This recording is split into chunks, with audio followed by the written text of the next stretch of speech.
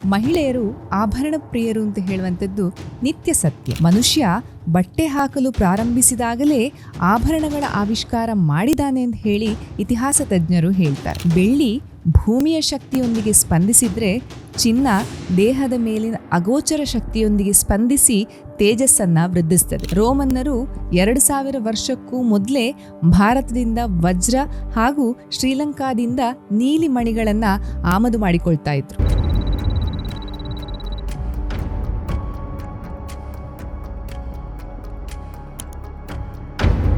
ಆಭರಣ ಅಂತ ಹೇಳಿದ ಕೂಡಲೇ ನಮ್ಗೆಲ್ರಿಗೂ ನೆನಪಿಗೆ ಬರುವಂಥದ್ದು ನಾವು ಮಹಿಳೆಯರು ಆಭರಣ ಪ್ರಿಯರು ಅಂತ ಹೇಳುವಂಥದ್ದು ನಿತ್ಯ ಸತ್ಯ. ನಾವು ಸಭೆ ಸಮಾರಂಭಗಳಲ್ಲಿ ಪರಸ್ಪರ ಭೇಟಿಯಾದಾಗ ಕೇವಲ ಆಭರಣ ಹಾಗೂ ಬಟ್ಟೆಯ ವಿಷಯವನ್ನೇ ಮಾತನಾಡ್ತೇವೆ ಅಂತ ಹೇಳುವಂಥದ್ದು ಎಲ್ಲ ಪುರುಷರ ಒಕ್ಕೊರಲಿನ ಕೂಗು ಅಂತ ಹೇಳಿದರೆ ಅದೊಂದು ಹಾಸ್ಯವೂ ಹೌದು. ಆಭರಣ ಅಂತ ಹೇಳುವಂತಹ ಪದಕ್ಕೆ ದೇಹದ ಸೌಂದರ್ಯವನ್ನು ಹೆಚ್ಚಿಸಲಿಕ್ಕೆ ವಿನ್ಯಾಸಗೊಳಿಸಲಾದಂತಹ ಒಂದು ವಸ್ತು ಅಂತ ಹೇಳುವಂತಹ ಅರ್ಥವೂ ಇದೆ. ಆಭರಣಗಳ ಆವಿಷ್ಕಾರ ಯಾವಾಗ ನಡೆಯಿತು ಅಂತ ಹೇಳುವಂಥದ್ರ ಬಗ್ಗೆ ನಿಖರವಾಗಿ ತಿಳಿದಿಲ್ಲ. ಆದರೂ ಸಹಸ್ರಾರು ವರ್ಷಗಳ ಹಿಂದಿನಿಂದಲೂ ಆಭರಣಗಳ ಬಳಕೆ ಉಪಯೋಗ ಇತ್ತು ಅಂತ ಹೇಳೋದ್ರ ಬಗ್ಗೆ ಉಲ್ಲೇಖ ಇದೆ. ಹಿಂದೂ ಧರ್ಮದ ಪ್ರಕಾರ ದೇವತೆಗಳು ಆಭರಣಗಳನ್ನ ಧರಿಸ್ತಾ ಇದ್ರು. ಬಹಳ ಹಿಂದಿನ ಶಿಲಾಯುಗದಲ್ಲಿ ಆಭರಣಗಳನ್ನ ಕಲ್ಲು, ಮರ, ಪ್ರಾಣಿಗಳ ಹಲ್ಲು, ಉಗುರಿನಿಂದ ಮಾಡ್ತಾ ಇದ್ರು ಅಂತ ಹೇಳೋದ್ರ ಬಗ್ಗೆ ಉಲ್ಲೇಖ ಇದೆ. ಮುಂದೆ ಲೋಹದ ಆವಿಷ್ಕಾರದ ನಂತರ ಲೋಹದ ಬಳಕೆ ಬಂದು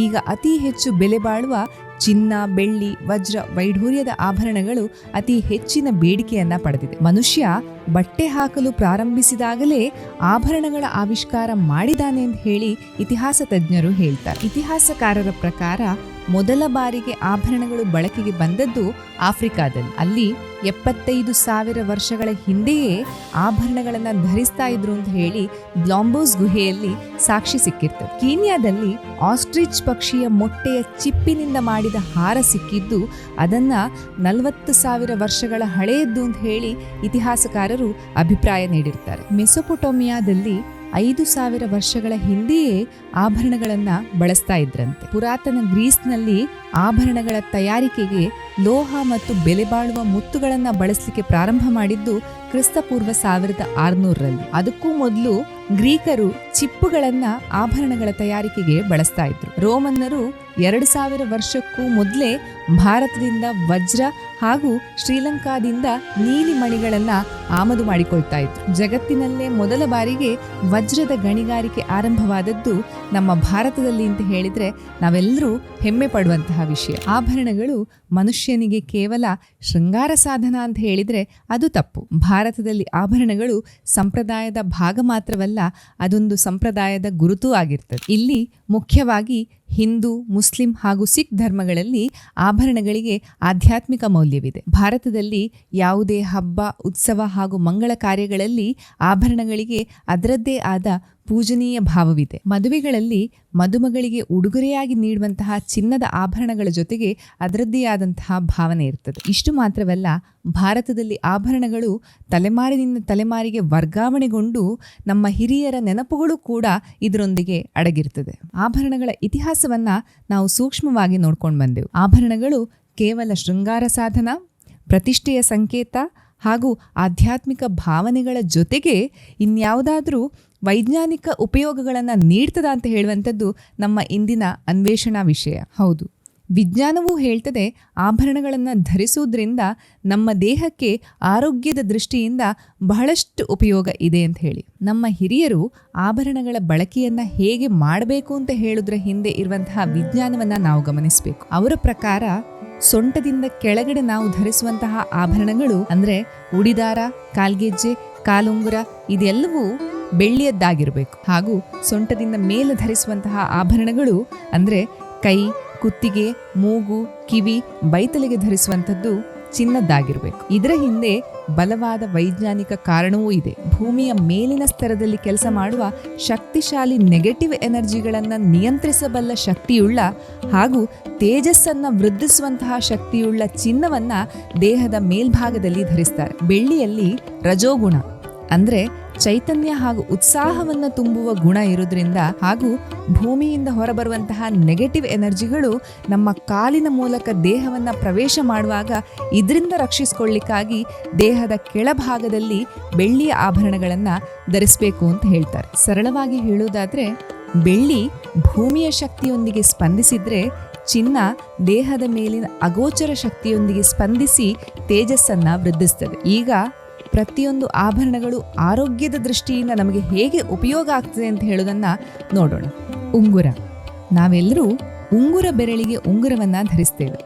ವೈಜ್ಞಾನಿಕ ಲಾಭವನ್ನ ನೋಡಿದ್ರೆ ಉಂಗುರ ಬೆರಳಿನಲ್ಲಿರುವಂತಹ ನರವು ಮೆದುಳಿನ ಮೂಲಕ ಹಾದು ನೇರವಾಗಿ ಹೃದಯವನ್ನ ತಲುಪ್ತದೆ. ಹಾಗೂ ಉಂಗುರವನ್ನು ಹಾಕುವುದರಿಂದ ಆ ನರಕ್ಕೆ ಪ್ರೆಷರ್ ಉಂಟಾಗಿ ರಕ್ತ ಸಂಚಾರ ಉತ್ತಮವಾಗಿರ್ತದೆ. ಕಿವಿಯೋಲೆ. ಕಿವಿಯ ಕೆಳಭಾಗದಲ್ಲಿ ರಂಧ್ರ ಮಾಡಿ ಹುಡುಗಿಯರಿಗೆ ಓಲೆ ಹಾಗೂ ಹುಡುಗರಿಗೆ ಸಣ್ಣ ಕುಂಡಲವನ್ನು ಧರಿಸುವುದು ನಮ್ಮ ಹಿಂದೂ ಸಂಪ್ರದಾಯದ ಒಂದು ಆಧ್ಯಾತ್ಮಿಕ ಆಚರಣೆ. ಮಹಿಳೆಯರಿಗೆ ಈ ಭಾಗದ ನರವು ಗರ್ಭಕೋಶಕ್ಕೆ ಸಂಪರ್ಕಿಸುವುದರಿಂದ ಆ ನರದ ಮೇಲಿನ ಒತ್ತಡದಿಂದ ಮಹಿಳೆಯರ ಸಂತಾನ ಶಕ್ತಿ ವೃದ್ಧಿಯಾಗ್ತದೆ ಅಂತ ಹೇಳುವಂಥದ್ದು ವೈಜ್ಞಾನಿಕವಾಗಿ ಸತ್ಯ. ಇದೇ ಹುಡುಗರಿಗೆ ಕಿವಿ ಚುಚ್ಚುವುದರಿಂದ ಅವರ ದೃಷ್ಟಿಶಕ್ತಿ ಉತ್ತಮವಾಗ್ತದೆ ಅಂತ ಹೇಳಲಾಗ್ತದೆ. ಮೂಗುತಿ. ಮೂಗಿನ ಎಡಹೊಳ್ಳೆಯಲ್ಲಿ ರಂಧ್ರ ಮಾಡಿ ಮೂಗುತಿಯನ್ನು ಹಾಕೋದ್ರಿಂದ ಹುಡುಗಿಯರ ಋತುಚಕ್ರದ ನೋವು ಕಡಿಮೆ ಆಗ್ತದೆ. ಅಷ್ಟು ಮಾತ್ರವಲ್ಲದೆ ಮೂಗಿನ ಎಡಬದಿಯ ನರವು ಗರ್ಭಕೋಶಕ್ಕೆ ಸಂಪರ್ಕವನ್ನು ಹೊಂದಿರೋದ್ರಿಂದ ಸಂತಾನ ಭಾಗ್ಯ ಮಾತ್ರವಲ್ಲ, ಸುಖಪ್ರಸವವು ಇದರಿಂದ ಸಾಧ್ಯ ಅಂತ ಹೇಳ್ತಾರೆ. ಬಹುಶಃ ಇದೇ ಕಾರಣದಿಂದ ಹುಡುಗಿಯರು ಋತುಮತಿಯಾಗುವಂತಹ ಸಂದರ್ಭದಲ್ಲಿ ಮೂಗು ಚುಚ್ಚಬೇಕು ಅಂತ ಹೇಳುವಂತಹ ಧಾರ್ಮಿಕ ಆಚರಣೆಯನ್ನು ಮಾಡಿರ್ತಾರೆ. ಮಂಗಳಸೂತ್ರ ಅಥವಾ ತಾಳಿ. ವಿವಾಹಿತ ಮಹಿಳೆಯರು ಧರಿಸುವ ಮಂಗಳಸೂತ್ರದಲ್ಲಿರುವಂತಹ ಬಟ್ಟಲಿನ ಆಕಾರದ ತಾಳಿಯ ಟೊಳ್ಳು ಭಾಗ ದೇಹಕ್ಕೆ ತಾಗಿಕೊಂಡಿರುವ ರೀತಿಯಲ್ಲಿ ಧರಿಸಲಾಗ್ತದೆ. ದೇಹದಲ್ಲಿ ಉತ್ಪತ್ತಿಯಾಗುವ ಪಾಸಿಟಿವ್ ಎನರ್ಜಿಗಳನ್ನು ಆ ತಾಳಿಗಳು ತನ್ನೆಡೆಗೆ ಸೆಳೆದು ಸಂಗ್ರಹಿಸ್ತದೆ ಮತ್ತು ತಾಳಿಗಳನ್ನು ಭಕ್ತಿಯಿಂದ ಕಣ್ಣಿಗೆ ಒತ್ತಿಕೊಂಡಾಗ ಆ ಎನರ್ಜಿ ಕಣ್ಣಿನ ಮೂಲಕ ದೇಹವನ್ನ ಸೇರಿ ಸಂಬಂಧಗಳನ್ನು ಸುಭದ್ರಗೊಳಿಸ್ತದೆ ಅಂತ ಹೇಳ್ತಾರೆ. ಬಳೆಗಳು. ಚಿನ್ನದ ಬಳೆಗಳು ವೃತ್ತಾಕಾರದಲ್ಲಿದ್ದು ಪ್ರಕೃತಿಯಿಂದ ಬಂದು ದೇಹವನ್ನು ಸೇರುವ ವಿದ್ಯುದಯಸ್ಕಾಂತ ಅಂದರೆ ಎಲೆಕ್ಟ್ರೋಮ್ಯಾಗ್ನೆಟಿಕ್ ಅಲೆಗಳು ದೇಹವನ್ನ ಒಮ್ಮೆ ಸೇರಿದ್ರೆ ಅವು ಮತ್ತೆ ಪುನಃ ಹೊರಗೆ ಹೋಗದಂತೆ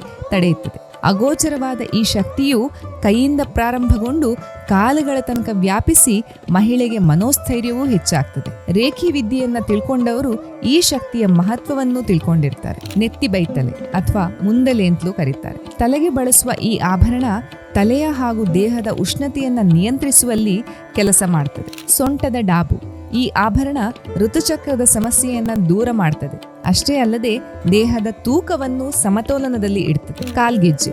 ಭೂಮಿಯಿಂದ ಉತ್ಪತ್ತಿಯಾಗುವಂತಹ ನೆಗೆಟಿವ್ ಎನರ್ಜಿಯಿಂದ ರಕ್ಷಣೆ ಮಾಡ್ತದೆ. ಅದರ ಜೊತೆಗೆ ಕೈಗಳಿಂದ ಬಂದಂತಹ ಎಲೆಕ್ಟ್ರೋಮ್ಯಾಗ್ನೆಟಿಕ್ ತರಂಗಗಳು ಕಾಲಿನಿಂದ ಹೊರ ಹೋಗದಂತೆ ತಡೆಯುತ್ತದೆ ಹಾಗೂ ಸಂಧಿವಾತ ಮತ್ತು ಗಂಟು ನೋವುಗಳನ್ನು ನಿವಾರಿಸುತ್ತದೆ. ಕಾಲುಂಗುರ. ಕಾಲಿನಿಂದ ಬಂದ ನರ ನೇರವಾಗಿ ಹೃದಯವನ್ನ ಸಂಪರ್ಕಿಸುತ್ತದೆ. ಈ ಉಂಗುರವನ್ನ ಧರಿಸುವುದರಿಂದ ಹೃದಯದ ರಕ್ತದ ಒತ್ತಡವನ್ನು ನಿಯಂತ್ರಿಸುವ ಶಕ್ತಿಯನ್ನ ಹೊಂದಿರುತ್ತದೆ. ಇವೆಲ್ಲ ಆಭರಣಗಳ ಜೊತೆಗೆ ಇನ್ನೊಂದು ಮುಖ್ಯವಾದ ಶೃಂಗಾರದ ವಸ್ತು ಹಣೆಯ ತಿಲಕ. ಮುಖ್ಯವಾಗಿ ಹಣೆ ತಿಲಕ ಇಡುವ ಸ್ಥಳದಲ್ಲಿ ಆಜ್ಞಾಚಕ್ರ ಇರುವುದರಿಂದ ಅಲ್ಲಿಗೆ ಧರಿಸುವ ವಿಶೇಷ ತಿಲಕ ಇಡೀ ದೇಹದ ಉಷ್ಣತೆಯನ್ನ ಬ್ಯಾಲೆನ್ಸ್ ಮಾಡಿ ಏಕಾಗ್ರತೆಯನ್ನ ಹೆಚ್ಚಿಸ್ತದೆ. ಇಲ್ಲಿ ಪುರುಷರು ಮತ್ತು ಮಹಿಳೆಯರು ಬೇರೆ ಬೇರೆ ರೀತಿಯ ತಿಲಕಗಳನ್ನು ಬಳಸಿದ್ರೂ ಅವರವರ ದೇಹ ಪ್ರಕೃತಿಗೆ ಅನುಗುಣವಾಗಿ ಅವಶ್ಯಕತೆ ಇರುವಂತೆ ತಿಲಕ ಇಡುವ ಸಂಪ್ರದಾಯವನ್ನ ನಮ್ಮ ಹಿರಿಯರು ಹೇಳಿರ್ತಾರೆ. ಆಧ್ಯಾತ್ಮಿಕವಾಗಿ ನೋಡೋದಾದ್ರೆ ಸ್ತ್ರೀಯನ್ನ ಆದಿಮಾಯೆ ಅಂತ ಹೇಳಿ ಕರೀತಾರೆ. ಆಕೆ